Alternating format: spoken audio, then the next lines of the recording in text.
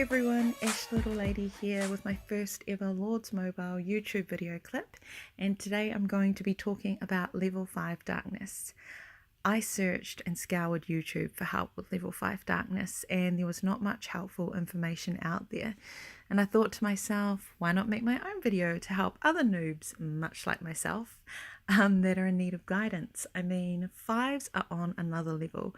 They are nothing like the other nests and I found them very frustrating at first.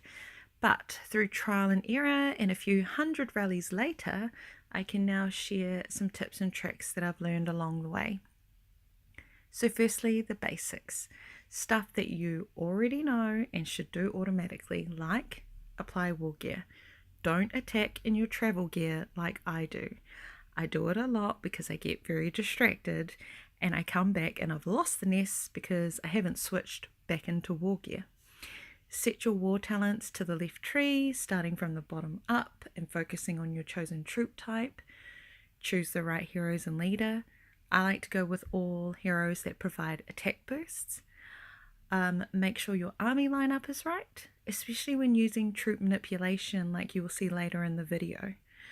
Apply an army attack boost if you have one, and I also like to make sure I have a level 60 leader and my altar boosted. For level 5 nests, you will need T4, and you will need a rally leader with good stats.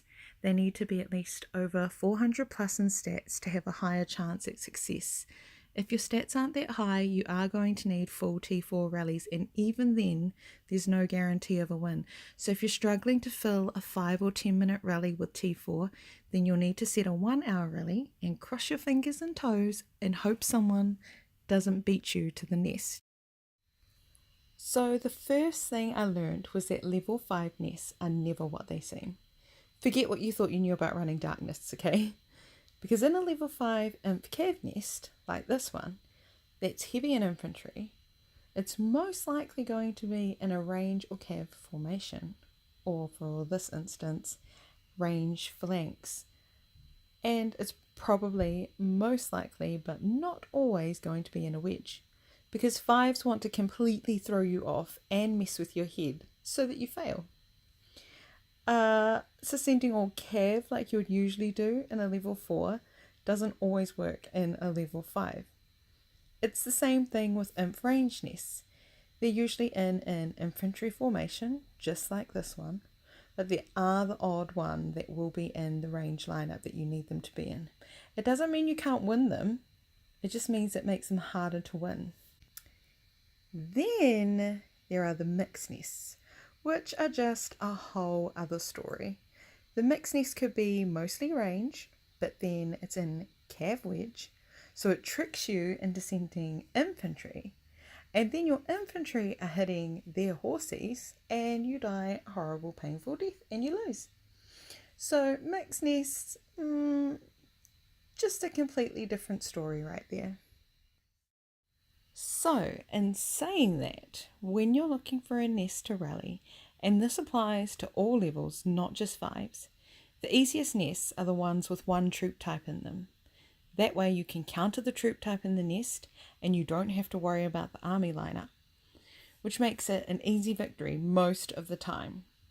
You can afford to have a mix of T3 and T4 in this type of nest. Let's check out this nest right here. So as you can see, it has 2.2 million infantry T4, 980k infantry T3. We sent 1.3 million T4 cav and 280k T3 cav at this nest. It was 1.6 million cav against 3.2 million imp, and we completely smashed it. And to be fair, this was a 5-minute quick rally. We didn't fill the rally. I wasn't sure if we were going to win it or not. At this time it was Guildfest, so lots of other people were going for this nest, and so we ran the quickest rally that we could to get it first, and we ended up winning. If you can't find a nest with one troop type, then try and look for a nest with 2 troop types in it. For me, the easiest combination to beat by far is a range cav nest. For this type of nest, all you need to do is send a range blast, but To help out with the wall, you will need to do a bit of the troop manipulation that I had talked about earlier. Sending all range at this nest will make the cav charge out from behind the wall and be the front line no matter what the army lineup is. I always hit this in infantry phalanx, and I have 4 infantry troops. The infantry troops will be at the front and they will absorb 1 round from the range on the wall, and your range are able to get a shot off at the wall, which stops your morale from dropping before the wall drops. Once the wall is down, the range drop back behind the cav, and then your range are hitting their cav. So here we have a inf cav nest, and as you can see, it is heavy in infantry. This nest was in ranged wedge. In a level 4, it would usually be in an inf army lineup. So let's take a look at the battle. As you can see, the nest was in range wedge, which meant once the wall fell, cav were on the flanks and inf were at the back. We needed the inf to be at the front. So in a level 4, you would send full cav at an inf cav nest and beat it easily. But in level 5s, it's really rare that you will beat it like that. If you have a good rally leader with good gear and more cav than the nest has, then you have a higher chance of winning. But we were defeated on this, and there was hardly any cav in that nest. But because our cav went against cav, our morale dropped really fast and we ended up losing. But if I were to rerun this nest again, I'd do it completely different to the norm. I ran this little level 2 to show you how you would beat a level 5, which is not in inf formation.